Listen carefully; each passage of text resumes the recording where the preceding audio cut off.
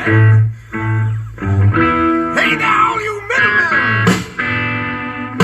Throw away your fancy clothes! And while you're out there sitting on the fence, so get off your ass and come down here! 'Cause rock and roll ain't no middleman. To me, it makes good sense! Good sense, yes, Lord! Yeah, that is AC/DC, Back in Black. Everybody knows that I love me some AC/DC, and that was AC/DC's Back in Black, the first album that had Brian Johnson as the front man for the legendary band that produced some of the greatest rock and roll singles of all time. Very happy to say this is the Thomas Take Sports Podcast. I'm Ryan Thomas, back at it again on the live wire of Spreaker.com and YouTube.com. Posting this one actually offline. This one will be uploaded very shortly. But I have some other matters to attend to. Family, personal matters. In the words of the GOAT, Tom Brady, I got some family matters to attend to within the hour. So definitely going to be an interesting episode, to say the least. Doug Whaley finally fired. And of course, he was fired on my 25th birthday. Thank you, Terry. Thank you, Terry Pegula, for the beautiful Christmas gift that came early on my birthday. What a great gift given to me by Terry Pegula. Thanks, Terry. I really appreciate it. I know I was in your thoughts when this move was made. Probably not, but all joking aside, Terry Pegula decided to fire Doug Whaley yesterday after the league scouting year had ended. And I am burning. Believe it or not, I am pretty agitated and annoyed with the sentiments that are around the fan base of the Buffalo Bills as to why everyone is so surprised. Are you that surprised, or is this just a running joke that the fans are that shocked that Doug Whaley is fired and they don't understand why he was fired? It was very simply laid out by the Buffalo Bills owner as to why Doug Whaley was let go, okay? The scouting year had ended on April 30th. The scouting year was over. And it was time for Doug Whaley to go. It was made clear by Terry Pegula. They ran a process. The process was basically the overview of the team within the last 4 years of Doug Whaley being the general manager. And at the end of it, Terry and Kim came to the conclusion that Doug Whaley was not fit to be the GM of the Buffalo Bills anymore. They wanted to let him do this one last draft, have somewhat of a say in this one last draft, and that was that. So he was phased out as of the new league year. So I'm very happy to say that, because it's well known what my thoughts were on Doug Whaley. I was not a fan of Doug Whaley from day one. Thought that he was not ready for the position. I made that really clear. If you go back on my Facebook profile, you can add me, Ryan Thomas of the Thomas Take Sports Podcast, or you could even follow me on Instagram. I made posts about Doug Whaley getting the promotion way back then. Ryan_Thomas31.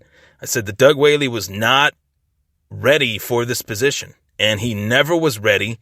He made very bad moves over the course of his 4 years of the Buffalo Bills GM, and if you disagree with that, then look to the win-loss record of the Buffalo Bills the last 4 years. Under Whaley's direction, the organization was 30-34.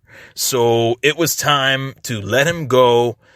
Put him out there, put him on the unemployment line pretty much. I highly, highly doubt that he will ever get a job as a professional football GM again. And I would not be shocked if he didn't get a job as a professional football scout. So let's just cut the crap of why was Doug Whaley fired at this point in the season. Why was he let to do another draft? He wasn't allowed to do another draft. He was being phased out over the course of the last couple months, and Shaun McDermott was given full power to run this draft as he saw fit, and he did. and most analysts are lauding him for this draft. And I think Terry did somewhat lie and say that it was Doug Whaley's decision to do the trade up, or whoever made that stupid report. That was not the case. It was Shaun McDermott's draft. Andy Reid has a great relationship with Shaun McDermott. It is not a coincidence that the Buffalo Bills made a trade with the Kansas City Chiefs to move down in the 2017 first round of the NFL draft. So let's cut the crap, Bills fans. I'm here to tell you that I have great knowledge of this team, this organization, the way it's being ran right now. Terry's running a full-on GM search of both the Buffalo Sabres, the Buffalo Sabres and the Buffalo Bills now. And the Sabres GM search is coming to a close. From what I've read, everything I've read, Jason Botterill will be the GM of the Buffalo Sabres. As of now, he's the clear frontrunner unless there's some sort of falling out, which could very well happen. There's other candidates that have been notified and let known that, hey, we're interested in you, but the Sabres have to get full clearance on those remaining candidates. So only time will tell in that regard. But for now, I mean, Brandon Beane is being reported as the favorite for the Bills GM job. Regardless, though, no matter what happens, whether this GM is Brandon Beane or Don Gregory or whoever it may be, Shaun McDermott is running the show at One Bills Drive. This is his team. He's going to find the right players that fit his scheme to make this team better. This is his first head coaching opportunity since he was allowed back into the head coaching ranks after last season, where he was close to getting the job with the Philadelphia Eagles. So now he's back as as an actual head coach and when I say back, I mean he has been around for a long time in the National Football League as an assistant, as a coordinator, as a position coach, yada, yada, yada. He has been shown the ropes, and he finally is getting his opportunity. He wants to make do on it. He wants to have a say as far as what the Bills do in this 2017 NFL draft.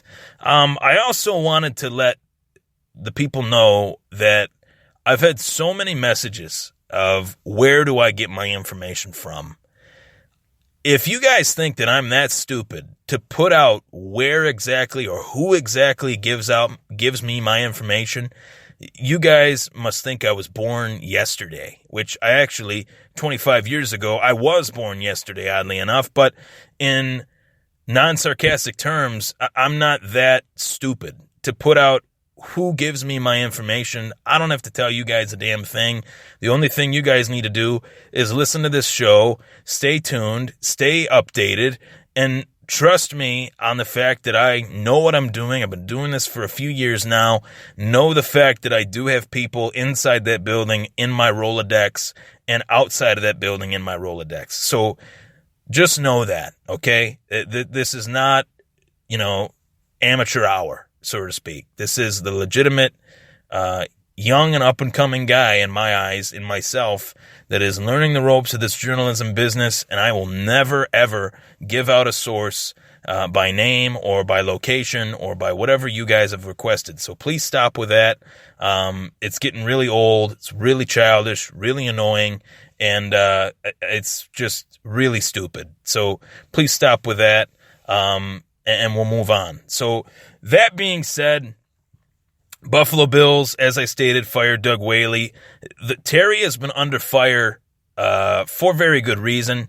It's been known that Terry has made some mistakes as the Bills owner, obviously Rex Ryan being one of them, obviously letting Doug Whaley keep his job for as long as he did being another. I thought he should have been fired last year, and then they should have maybe ran their own process here. But with the head coach and the GM, it's very easy to say Whaley should have been fired before the new league year started, before the new scouting year started back in June, but he wasn't. So they wanted him around. They wanted him around Shaun McDermott to be another, to finish out his contract, basically finish out that the whole year of his contract. And maybe, I don't know how the contract was structured. That's one thing I don't know, but I do know that there could be a possibility that the Bills wanted to keep Doug Whaley around so they didn't have to pay the remainder of Doug Whaley's contract as a GM here. So they paid out that actual last year or extension that he had. So just another fella on the list of guys that have been under the Bills organization that Terry Pegula has to pay, and along with the Buffalo Sabres. So Terry does have some proving to do. And guess what? May he have made some mistakes along the way of being a professional sports owner in his first few years of ownership on both sides of the ball, or both sides of the puck, so to speak. Yes, you could definitely say that's the case. But he's learning, and I think he realizes what he actually needs now in the building in order to be a competitive team. And I think that started, to be quite honest with you, when he hired Shaun McDermott. When he hired Shaun McDermott, I think he realized, hey, this is the kind of guy that I need on both sides as a head coach and as a general manager for both teams. Not saying that Shaun McDermott's going to be a GM and a head coach for hockey too, because that's not going to happen. But I definitely do think that there is real legitimacy to the fact that he realized what type of persona, what type of presence he needed as a head coach, and what type of presence he needed as a GM. And right now, Shaun McDermott is running the show. So good for him, making the most of his opportunity in his first head coaching stint, in his first head coaching offseason, before he even coaches a down. This guy is putting his fingerprints on this team, and I think it's awesome. They had a fantastic draft. Tre'Davious White, first-round draft pick, moving down from 10 to 27, netting themselves a first-round draft pick in the process was brilliant because this team needs it. And more importantly, they need the right guy making these picks. And whether that's McDermott or Brandon Beane remains to be seen, but I think McDermott is going to have more say over the personnel than any coach in recent Bills history. So onward and upward, whether it's Brandon Beane or not, it doesn't really matter. Shaun McDermott will have his imprints on this team. His stamp will be put on this team. And I've repeated that so many times, and everybody kind of made jokes about what I say. And you know what? I am not the Colin Cowards of the world, obviously. This is a podcast. This is on an app. It's, but I am growing in terms of my ability to find the right news, find the right information, putting it out there, being a reliable source, being a guy that people can follow and look to and say, hey, if I ever want to hear something about the Bills and find out the truth or find out the scoop, I'm going to contact this guy. And that's what I've done over the last year and a half. I've built this rapport with people inside the one Buffalo fan base, I should say. So to all the people that are asking me where my sources are, you're not going to get them. Sorry, but please stop asking me where I'm going to get my sources. I'm not going to tell you, whether it be for the MMA world, whether it be for the NFL world, whether it be for the MLB world, whether it be for the NHL world. I'm not going to tell you. So you're wasting your own time. Continue to listen to the show. This is part 1 of the Thomas Take. I'm going to return in a couple hours.